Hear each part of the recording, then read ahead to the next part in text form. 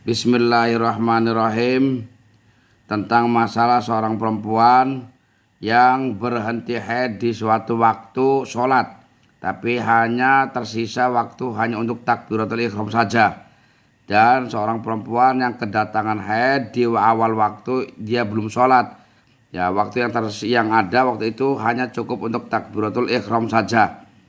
Kita lihat di sini jadwal. Bismillahirrahmanirrahim. Al waktu zawalul mani'i akhirat zuhri. Hilangnya perkara yang mencegah di akhir zuhur. Yang dimaksud perkara yang mencegah, orang yang tidak diwajibkan sholat, artinya adanya mani itu apa saja? Di antaranya orang yang haid, orang yang nifas, orang yang gila, orang yang anak kecil, lalu orang kafir. Sehingga apabila hilangnya hilangnya perkara yang mencegah sholat di akhir zuhur, artinya orang haid berhenti, kalau anak kecil balik, kalau orang gila waras sembuh, kalau orang nifas juga berhenti, kalau orang kafir masuk Islam. Ini namanya dengan kita lihat kita fokus kepada haid saja lah biar kita gampang. Hilangnya perkara yang mencegah di akhir zuhur seperti orang yang berhenti haid di akhir sholat zuhur. Ini seolah-olah satu kotak ini adalah waktu zuhur, ini masih haid, lalu zuhur mau habis berhenti haidnya, tapi waktu yang tersisa hanya cukup untuk takbiratul ihram saja. Begitu takbir ihram, Allahu Akbar, masuknya waktu asar, berarti gak cukup untuk satu sholatan. Terlihat keterangan di sini, wajaba maka wajib apa qada udzuhri mengqada zuhur faqat maka belaka, hanya diwajibkan mengqada yang zuhur saja. Zawalul mani'i akhirul asri, hilangnya perkara yang mencegah di akhir sholat asar. Umpama di akhir sholat asar berhenti haid, ini gambaran, ini duhur penuh masih haid duhur. Di waktu asar di sini sudah hampir masuk maghrib, dia berhenti haid dan waktu yang tersisa hanya cukup untuk takbiratul ihram saja. Maka yang wajib diqadha, wajaba maka wajib apa qadha udzuhri, wajib mengqadha zuhur ma'al asri serta asar, wajib mengqadha zuhur beserta asar. Berarti yang zuhurnya walaupun tadi masih terhitung haid, di sini ketika berhentinya di akhir asar, zuhurnya ini wajib diqadha. Nah, untuk takbiratul ihram saja, dia berhenti haid, umpama dia sudah mandi, sudah apa, begitu takbiratul ihram masuknya waktu isya, maka wajib apa qadaul maghribi, mengqadoni maghrib saja. Yang diwajibkan hanya mengqadha sholat maghrib saja.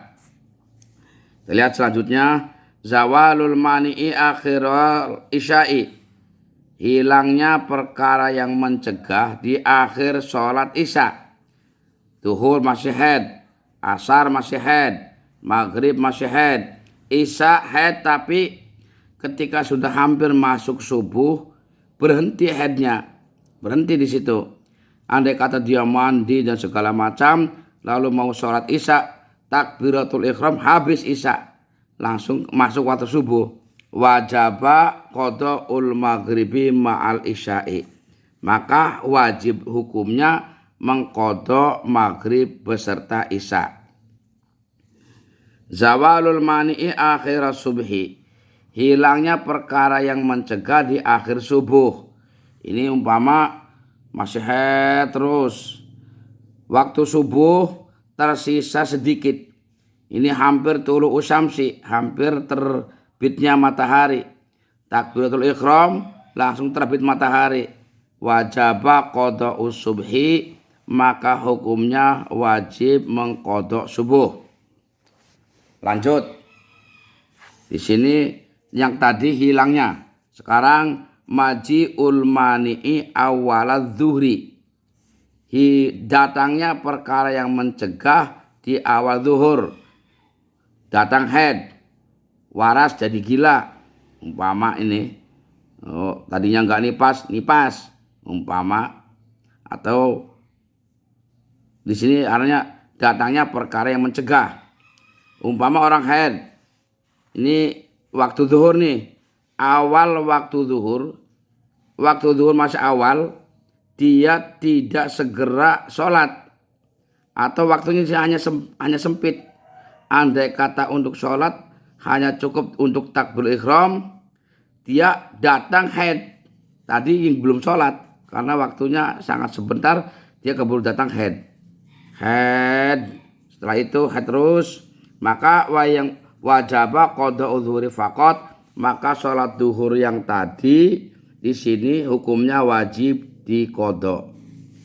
Maji'ul mani'i awal asri, datangnya perkara yang mencegah di awal asar. Umpama orang yang haid datang waktu haidnya di awal waktu asar, duhur belum keluar darah, di awal asar dia belum sholat, keburu keluar darah tapi sudah masuk waktu asar. Wajaba, maka wajib apa qadha udhuri ma'al asri, hukumnya wajib mengqadha zuhur beserta asar. Itu tadi wa illam tusalli adzuhur, apabila tadi belum melakukan sholat zuhur. Jadi andai kata di sini si perempuan dia di sini belum datang haid, dia belum sempat ngelakoni sholat zuhur. Di asar awal dia juga belum sholat, akhirnya dia haid di sini, maka yang zuhur dan asar langsung diqadha semua, ini wajib diqadha. Maji'ul mani'i awalal maghribi, datangnya perkara yang mencegah di awal maghrib. Umpama datang haidnya di awal maghrib di sini, wajaba qadha'ul maghrib faqat, maka sholat maghrib yang ini nanti hukumnya wajib diqadha. Karena di sini ada waktu sedikit yang sudah masuk dan dia belum melakukan sholat.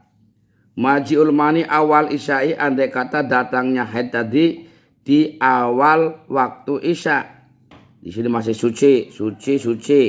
Lah, pas ning waktu awal waktu isya dobol, gerobolan darah metu ke dia ning awal isya.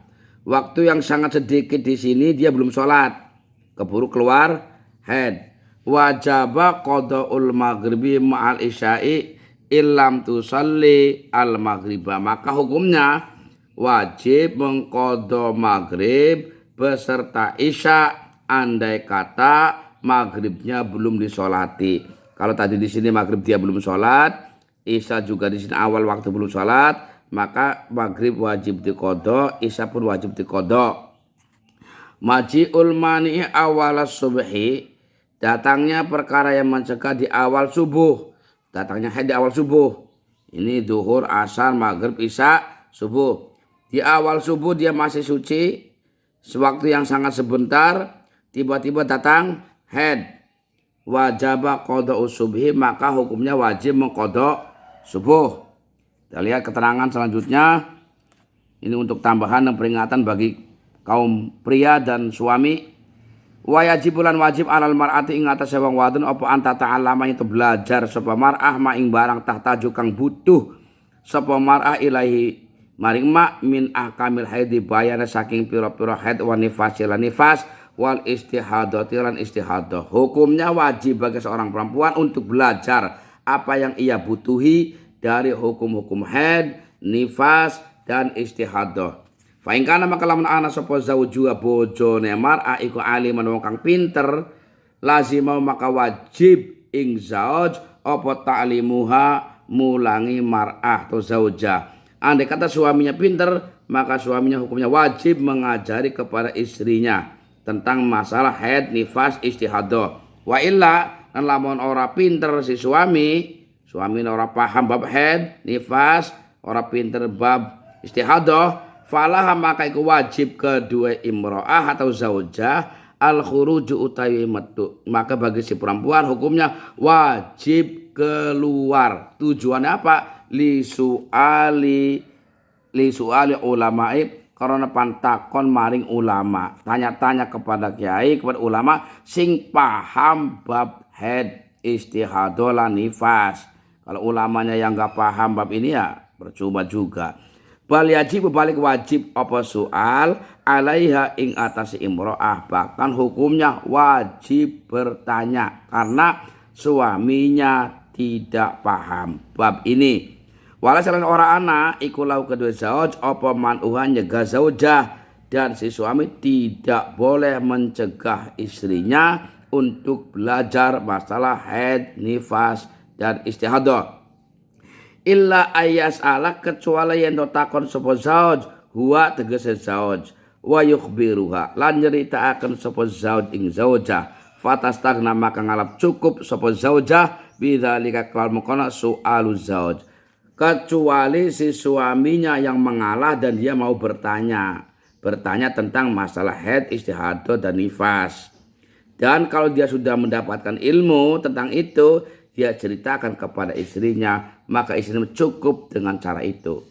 Walaysa lan ora ana iku laha kadue zauja apa al khuruju metu ila majlis dzikrin maring majlis dzikir wa ta'allum khairan, mempelajari atau tempat belajar barang kang bagus. Artinya si istri tidak perlu keluar ke tempat-tempat pengajian jika di sini suaminya sudah memahami tentang masalah haid, nifas dan istihadah.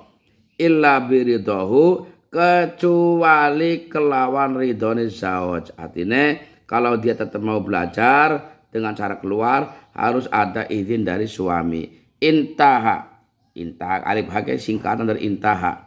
Wis tutug apa al-bajuri, kitab al-bajuri Shahifah 113. Mudah-mudahan video khusus untuk para perempuan dan para suami ini yang sangat singkat, mudah-mudahan bermanfaat. Assalamualaikum warahmatullahi wabarakatuh.